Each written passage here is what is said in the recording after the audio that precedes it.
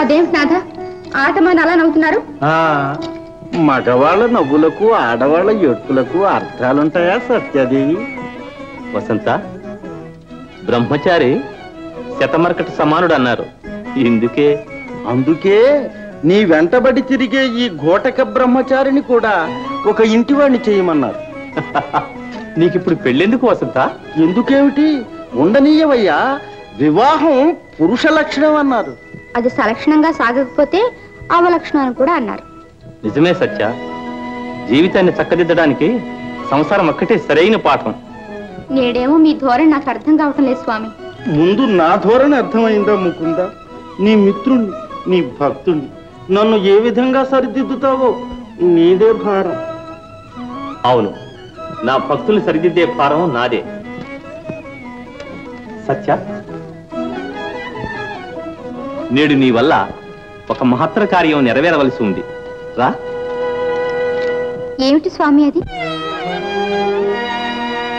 పాసురమైన ఈ జగతి పాలనకొక్క అదృశ్య శక్తి శాసనకర్తయై నిలిచి సర్వచరాచర వస్తు ధర్మము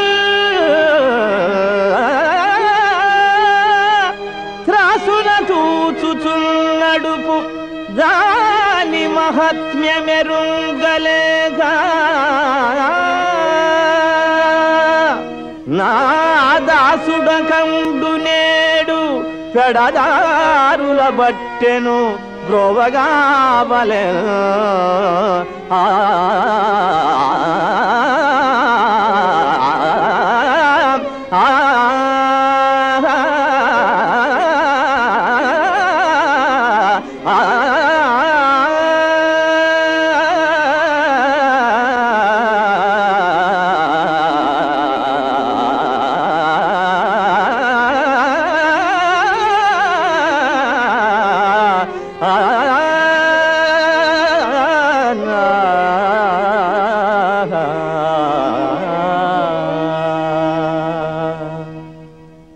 వసంత, మేము తిరిగి వచ్చే వరకు నేను నళిని జాగ్రత్తగా ఉంటాం.